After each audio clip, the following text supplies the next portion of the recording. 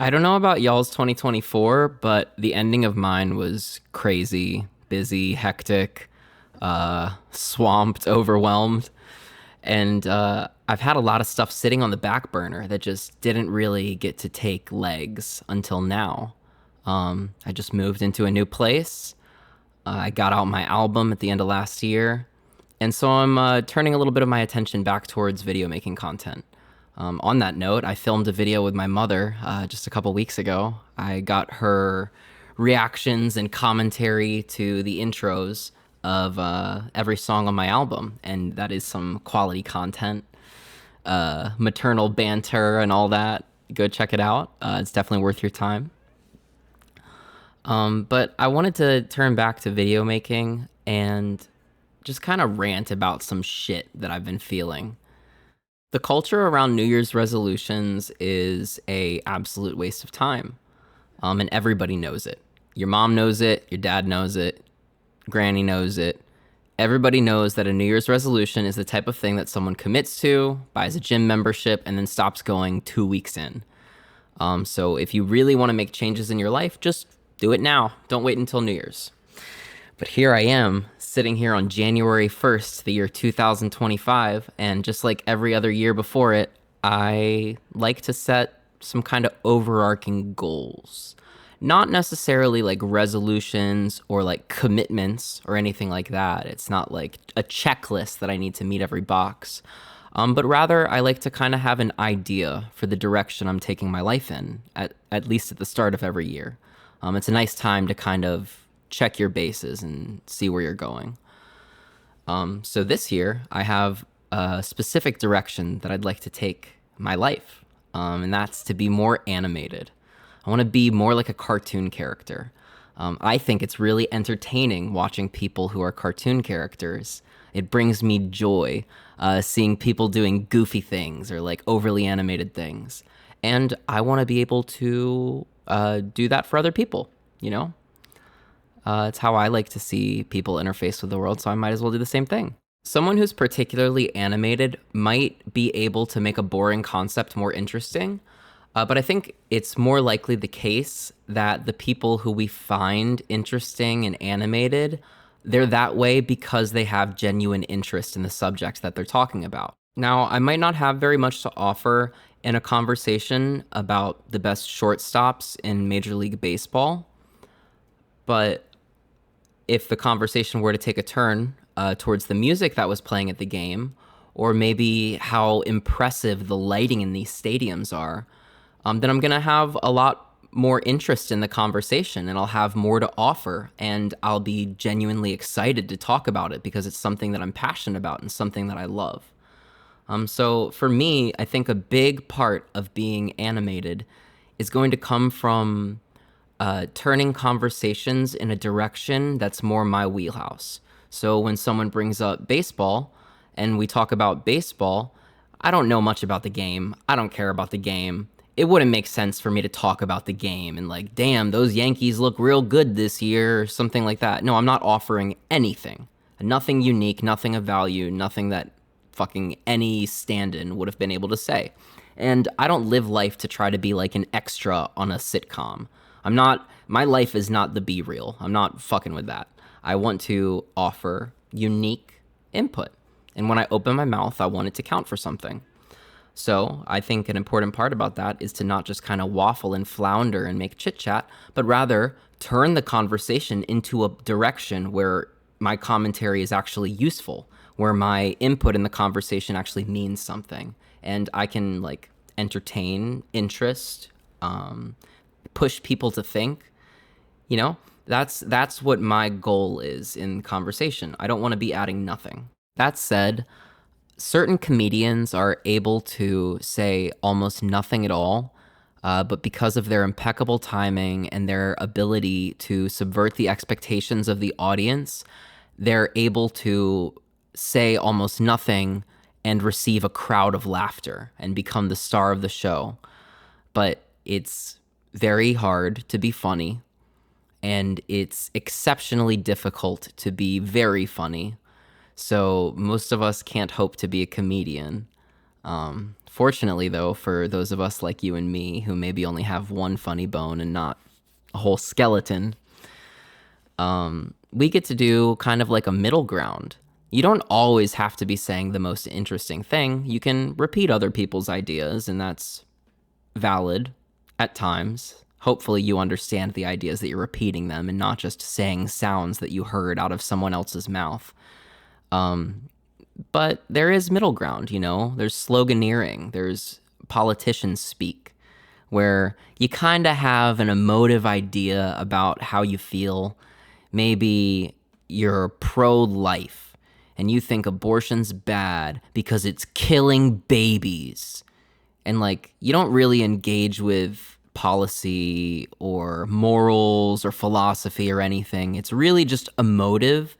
But then tacked on to these emotions, you have these slogans. And the slogans are the things that the politicians throw around to get them elected. It's gross talking to a politician. It's not fun. No one enjoys that conversation where it feels like there's a like slippery little weasel on the other end of the conversation who's just trying to dodge the thing, like the straightforward things that you're talking to them about. No one wants to have that conversation, but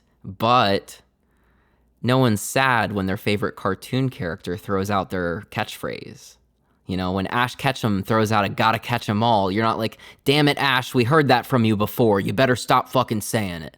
Because it's his catchphrase. It's his character. He's emoting in a way that's like true to him. And it like, there is some meaning there.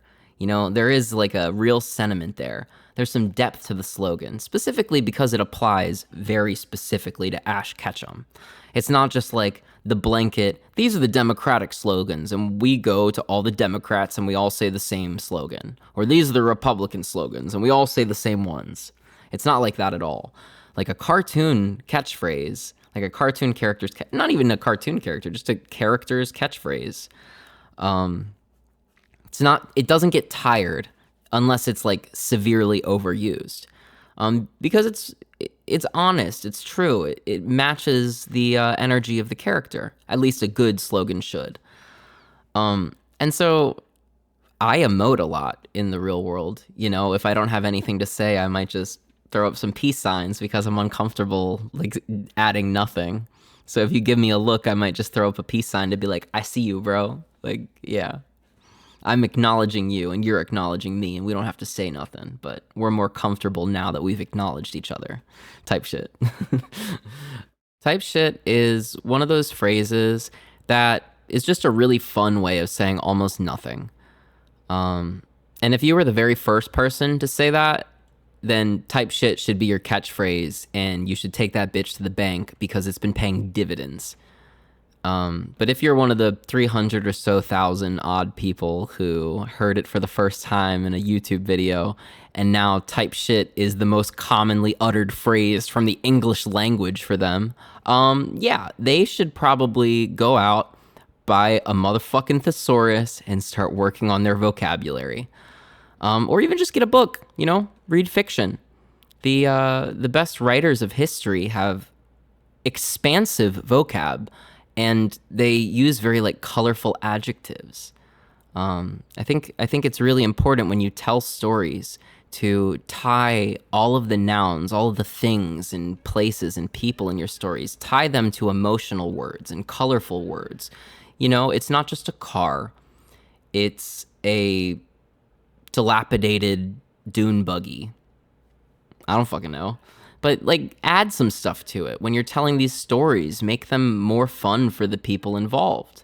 And part of that is just having interesting vocab to use when you tell the story. I'm not just going to say, me and Jill went to the store.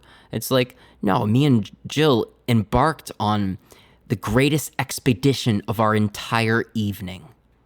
You know, like, I'm going to captivate you a hell of a lot more by saying that than like, yeah, me and Jill went to the store tonight.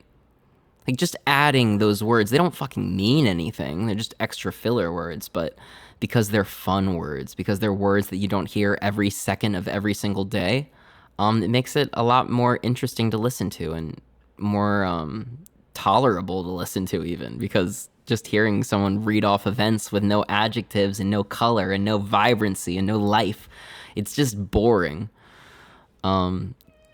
So, something that I'm really aiming to do is focus kind of deliberately on my storytelling and trying to make the experience for the people I'm telling a story to be as enjoyable for them as possible.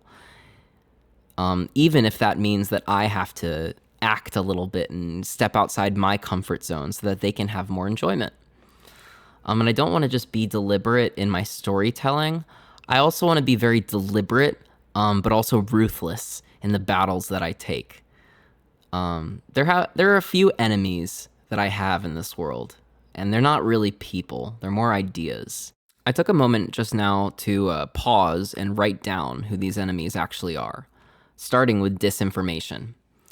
And it's very important that we take disinformation and put it into a couple of different boxes, because not all disinformation or misinfo or whatever is equal.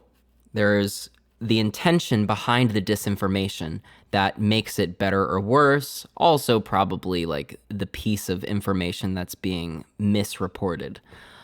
So at the lowest level, where I would say it's probably acceptable, is when, say, a news agency is careful, they're doing their diligence, but somehow they made a mistake anyways. They aired an article that had some information that then changes, like maybe the reporting on an event from like the police report was wrong, and then they update it, and then the journalist goes and makes a correction, all that. That's perfectly good. That's the news media working as it should. But then there's steps past that. So careless disinformation. They do all the same things. They air the story, they air the correction, all that.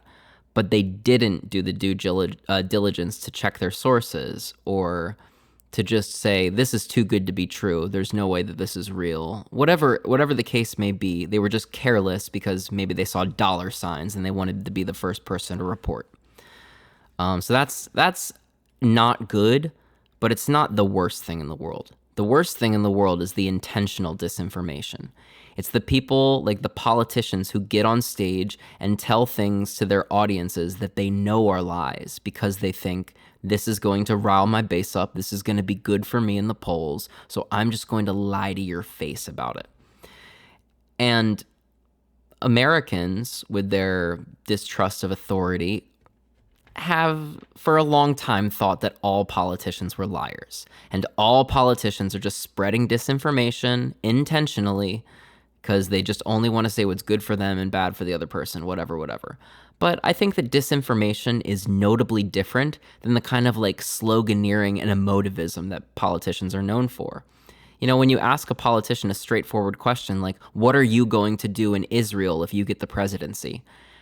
They're never going to say like, this is my policy, this is my policy, this is my policy. They're going to use slogans. They're going to be like, we need peace in the Middle East, from the river to the sea. Israel must be defended, like whatever the fuck. They're just going to use slogans. They're not going to say anything real. So that's not actually disinformation. What would be disinformation would be like, I don't know, getting asked that question and then saying like, actually, I have secret evidence that I've seen that blah, blah, blah, blah, blah. Or not even, just say like, oh, it's obvious. Because you can lie, and if the clip is cut, bookends, you know, you have a lie. Even if someone protests and says, no, you're lying, you can just say, no, you're the liar. And it's like, all right, now whoever is primed to believe who is just going to leave from that interaction believing them. You know, if you trust the politician, you're going to think that the journalist is lying. And if you don't trust the politician, you're going to think that the politician's lying. And so the disinformation is actually incredibly effective. This intentional disinformation is running rampant in my country right now. Our politics is dominated by it. The president of the United States run an intentional disinformation campaign, and all of the voters are fucking suckers. Sitting at the dinner table with my family and listening to them all talk about how Trump doesn't tell any lies. He's never told a lie. He's like Honest Abe. The only reason why I think that he's ever told a lie in his life is because CNN told me to believe it. And it's like, that's what they think. They think that Donald Trump has never told a lie, and the only reason why people think that he's a liar is because CNN tells them so. It's fucking crazy. It's like, but it worked. The disinformation worked. It worked really well. And so I want to try to fight that. I'm sick of my country being run by these like these weird liars. I hate that these liars get so much power and they're able to lie their way into power. I fucking hate it. It's gross. It's not American. It's anti-American. It's Russian. It's fucking Soviet. It's like USSR propaganda. This is not my country. Wrong way. Shout out USA. My other massive gripe in the political space right now are the people who fence it as a personality type. They don't have any positions of their own, but they know the right is wrong and they know the left is wrong and that the real answer is somewhere in the middle. Throwing shade at my family members who follow Dave Rubin right now because I'm pretty sure that's his catchphrase. But this kind of person, they're just looking for fucking pats on the back. They're just virtue signaling. It is just virtue signaling. There is like no issue in the country where the correct answer is in the middle. None of these like hot divisive issues that we talk about. It's not like the middle. The middle is the answer. So what is it? So if you're pro-life or you're pro-abortion, is it the abortion argument where most people say like, you know, you can probably have an abortion to like 2 or 3 months. And then after then, there better be a damn good reason for you to want to end the life of the child. Fetus, not child, whatever, words. And then the pro-life argument is no contraception, plan B is the fucking devil. If you have a baby 3 days after 3 days after the egg is fertilized, then that is a human being and you are murdering them to end the pregnancy in any way. And it's like, where is the middle ground on that? Is the middle ground like, instead of 2 to 3 months, like most people who are pro-abortion would say, is it not 2 to 3 months? Instead, we're going to go 1 month as the cutoff? Is that the middle ground? Well, if we do 1 month as the cutoff, then all of a sudden there's a bunch of women who realize that they're 2 months pregnant, like, because they missed one period and they were like, you know, maybe I just missed a period. And then they missed their second period and they're like, well, shit, I should go get a pregnancy test. They go get a pregnancy test and, oh, sorry, you're past the 1 month cutoff. We found the middle ground and it's so that no one can ever get an abortion again. Great middle ground, you know? It's like the middle ground is the Democrat position on abortion. There is people on the far end who say like, who gives a fuck? You can kill that baby outside the wound. Who gives a fuck? They don't have any right to life. Those are the crazy people on the one end. And then the crazy people on the other end are the pro-life people, the people who have the common conservative Christian opinion on that, which is contraception is the point where life starts. So ending the pregnancy at any point after contraception is immoral and evil and the worst evil facing the world right now. It's like there's no middle ground there. The middle ground is where the Democrats are. So then when you're the person who's standing in between a Democrat and a Republican, and it's like a level-headed liberal Democrat who's saying, I don't know, we can probably cut off abortion after like 4 months. That gives women, you know, some wiggle room to figure out if they're pregnant or not. It's not so overbearing. And there's another person saying, I refuse to go past 0 days and 0 seconds. Like, no abortion ever, ever, ever, period. And then you're supposed to seem like the reasonable guy standing in the middle saying, I think we can find common ground. Let's all just agree to disagree. Like, fence sitting is disgusting. Now, I'm only 2 items into the 7-item list that I made of my enemies. And because I'm passionate about these topics, it's really easy for me to just get excited and go off and say all the things on my mind that are eating at me about the political climate that I'm facing in the US. But if this was a video about my enemies and the battles that I was choosing to wage this year, then I would spend more time talking about these. But because I want to talk about my goal to become more animated, I'm just gonna rattle off the last 5 real quick. So I hate consumerism.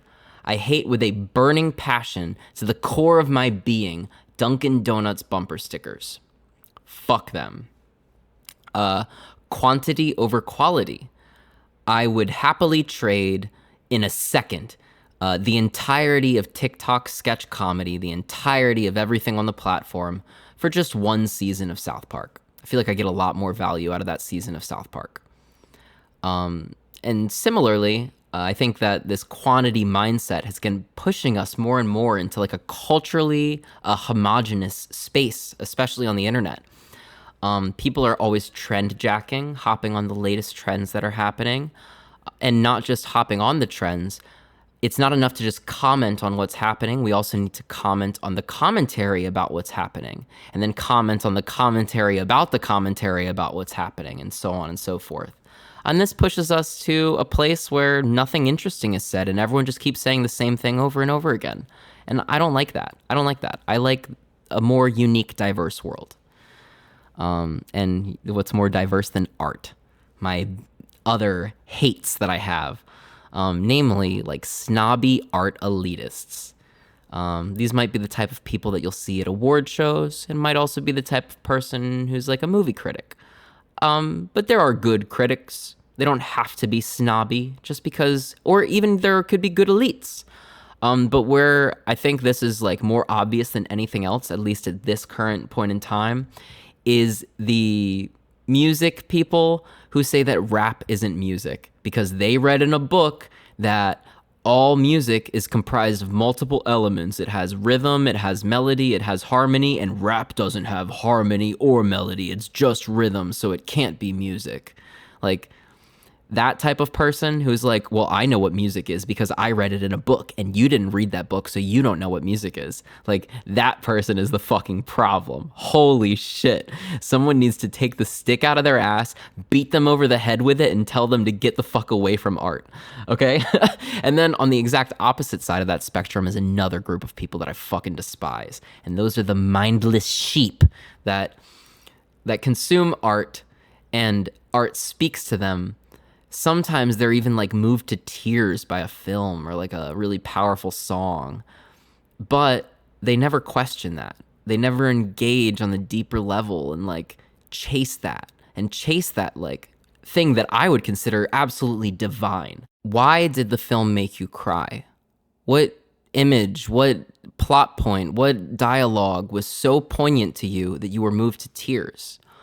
Or what part of the song was so motivating and so energizing that you felt the urge to just rip your headphones out and go for a mile run in that moment because that song changed your mood?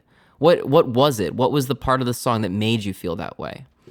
And I think that these conversations where we take the emotive and we use it to point at the more technical, sciencey material stuff, like, hey, actually, it was those loud drums. When those drums came in, I just felt so much energy, and I just felt like I had to go blow off some steam because those drums just hit so hard and it felt good.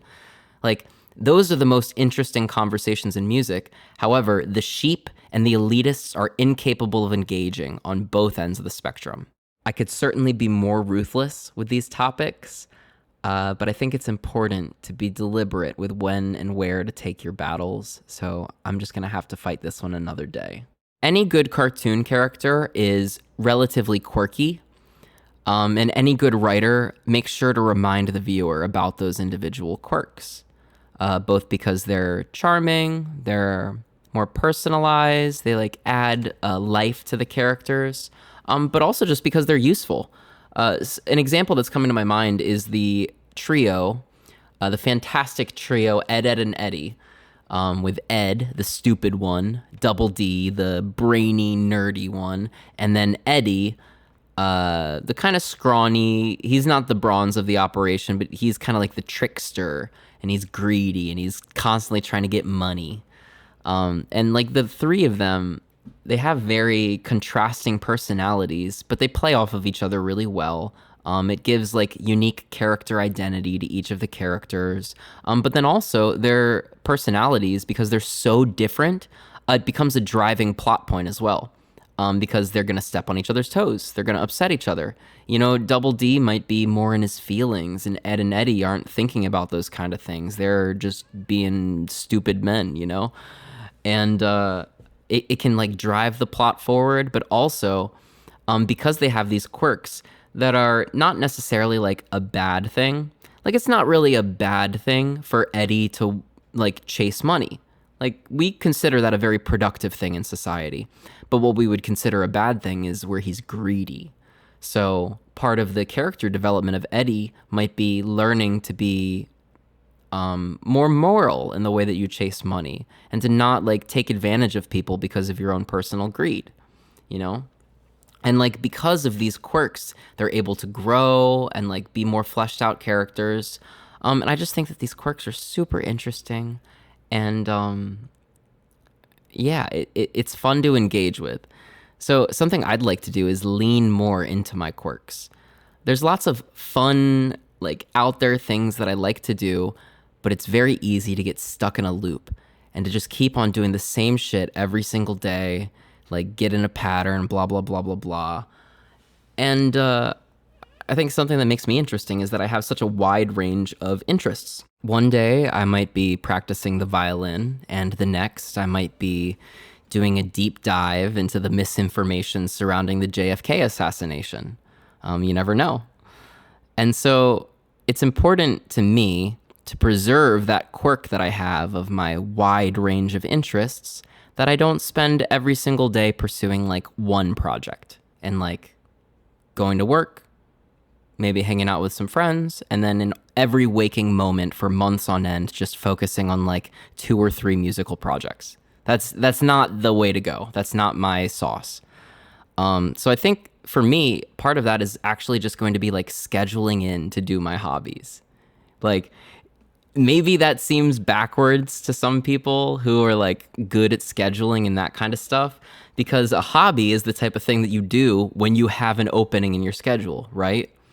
But I think so that I diversify my hobbies and don't just like hyperfixate on one specific video game. Like last month I played a lot of Call of Duty Zombies, Black Ops 1, Black Ops 2, just grinding out zombies by myself, and did that for many, many hours in 1 month. And I probably would have enjoyed it just as much if I spent half of that time doing completely different stuff. Actually, I would have enjoyed it a lot more if I spent half of that time doing totally different things. So for me, as someone who's like kind of ADD and like tends to hyperfixate on very specific subjects, the solution I think for me is actually to schedule in my hobbies. So maybe one day a week, I make sure to practice piano. And one day a week, I spend some time doing origami. And one day a week, I'll film a video for YouTube or whatever it is. But I just need to make sure that all of these interests in my life are not getting neglected. Segue! Now, when I'm saying animated, I don't mean that I want to be like any cartoon character. Really what I mean is I want to be like a fun cartoon character. Like, I don't want to be animated like Eeyore. Eeyore is very animated, but Eeyore is like an animated personification of depression. So, not exactly what I'm going for. I'm going for a more healthy, fun, positive energy. And part of doing that is to actually be healthy and to actually be positive. So, controlling how I eat, sleep, exercise, and stretch. I think that needs to be as regular a part of my schedule as these hobbies. Eating healthy, sleeping a decent amount, which has been the bane of my existence for like my entire life, and then just like exercising regularly and stretching probably every single day, multiple times a day. Like just doing all those things, I don't care who you are, you're going to feel better if you eat healthier, sleep better, and exercise. Like you're just gonna feel better and you're going to get more enjoyment out of every interaction that you have. And then also, part of that is just kind of mindset. And I wrote down that I want to cultivate energy with a fun mindset, F-U-N. And what I had in mind with that was the fun song from SpongeBob. F is for friends who do stuff together. U is for you and me. N is for anytime.